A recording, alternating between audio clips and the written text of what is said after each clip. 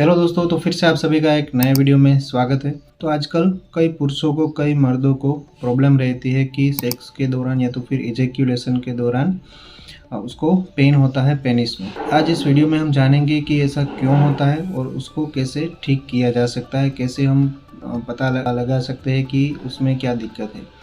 तो दोस्तों, वीडियो को लास्ट तक देखना और आपने अभी तक हमारे इस चैनल को सब्सक्राइब नहीं किया तो प्लीज़ जल्दी से जाके सब्सक्राइब कर देना, जिससे कि फ्यूचर में आने वाली हर एक वीडियोस की नोटिफिकेशन सबसे पहले आपके पास पहुंचे। तो सबसे पहले हम बात करते हैं कि ये जो पेन होता है सेक्स के दौरान या इजैक्यूलेशन के दौरान, ये क्यों होता है। तो अगर मेल में पेनिस के अगले वाला जो टिप वाला पार्ट होता है, जिससे हम ग्लांस बोलते हैं, उसमें कहीं पर इन्फेक्शन हो गया है तो ऐसा पेन हो सकता है।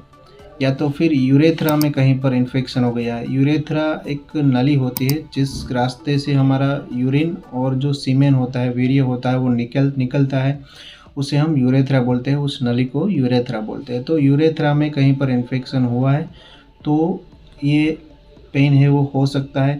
इसके अलावा किसी को प्रोस्टेट में इन्फेक्शन हो गया है, इन्फ्लामेशन हो गया है, तो भी ये दिक्कत हो सकती है।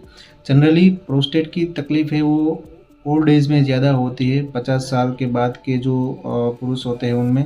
यंग एज में ये बहुत ही रेयर देखने को मिलता है, बहुत उतना ज़्यादा देखने को नहीं मिलता है। तो अगर प्रोस्टेट में तकलीफ़ है तब तो आपको यूरोलॉजिस्ट को दिखाना चाहिए और उसकी सर्जरी वगैरह आती है, दवाइयाँ भी चलती है, दवाइयाँ से भी ठीक हो सकता है अगर बहुत ज़्यादा दिक्कत नहीं है तो।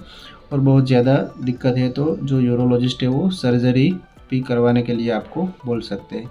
लेकिन अगर हम उसमें जो टेस्ट करवाते हैं, यूरिन और सीमेन एनालिसिस का जो टेस्ट करवाते हैं, उसमें अगर कहीं पर पस सेल्स आ रहे हैं, इन्फेक्शन आ रहा है, तो उसके लिए कुछ दवाइयाँ चलती हैं।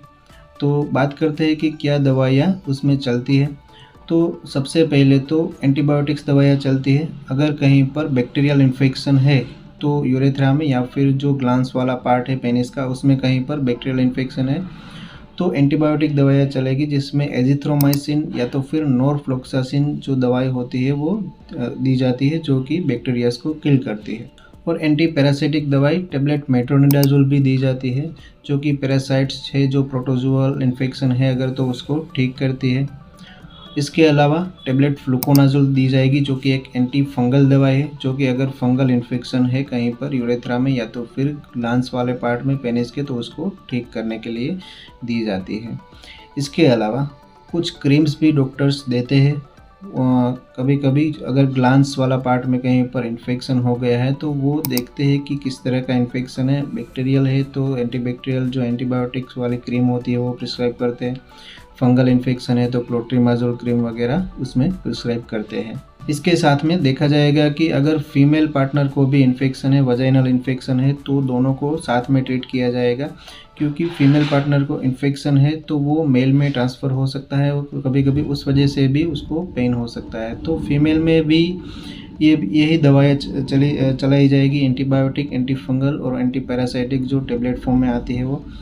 और उसके अलावा फीमेल में वजाइनल पेसरीज आती है, वजाइनल कैप्सूल्स आती है, जो कि वजाइना में रखने के लिए डॉक्टर्स प्रिस्क्राइब करते हैं। मार्केट में एक ब्रांड नेम में बोल देता हूँ, क्लिंचेन फोर्ट करके जो वजाइनल कैप्सूल्स आती है वो जनरली ज़्यादा प्रिस्क्राइब करते हैं।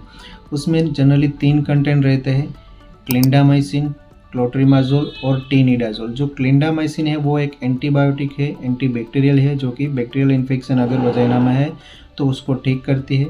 क्लोट्रीमाजोल है वो एक एंटी फंगल दवा है, जो कि अगर वजाइना में फंगल इन्फेक्शन है तो उसको ठीक करती है। और टीनिडाजोल है एक एंटी पैरासाइटिक एजेंट है, जो पैरासाइटिक या फिर प्रोटोजुअल जो इन्फेक्शन है तो उसको ठीक करती है। तो दोनों को ये ट्रीटमेंट लेनी ज़रूरी है अगर वजाइनल इन्फेक्शन है तो। और अगर सिर्फ मेल में दिक्कत है तो सिर्फ मेल को दवाई लेनी चाहिए। जो वजाइनल पेसरीज और कैप्सूल्स होती है वो मेल के लिए नहीं होती है, वो सिर्फ फीमेल के लिए होती है। इसके अलावा आपको ध्यान में अपना हाइजीन मेंटेन रखना है, ये बात आपको ज़रूर से ध्यान में रखनी है, क्योंकि मोस्टली हाइजीन मेंटेन ना रखने के कारण ही ज़्यादातर इन्फेक्शन ऐसे होते हैं। तो आशा करता हूँ दोस्तों कि आपको समझ में आ गया होगा कि सेक्स के दौरान या तो फिर इजैक्यूलेशन के दौरान जो पेन होता है वो क्यों हो सकता है और उसे कैसे ठीक किया जा सकता है। तो अगर आपको वीडियो अच्छी लगी है तो प्लीज़ दोस्तों वीडियो को लाइक करें, शेयर करें। कोई क्वेश्चन है तो नीचे कमेंट बॉक्स में कमेंट करें। और आप हमारे इस चैनल पर नए हैं तो प्लीज़ हमारे इस चैनल को सब्सक्राइब करें। तो मिलते हैं अगले वीडियो में, तब तक हेल्दी रहिए, फिट रहिए और मस्त रहिए।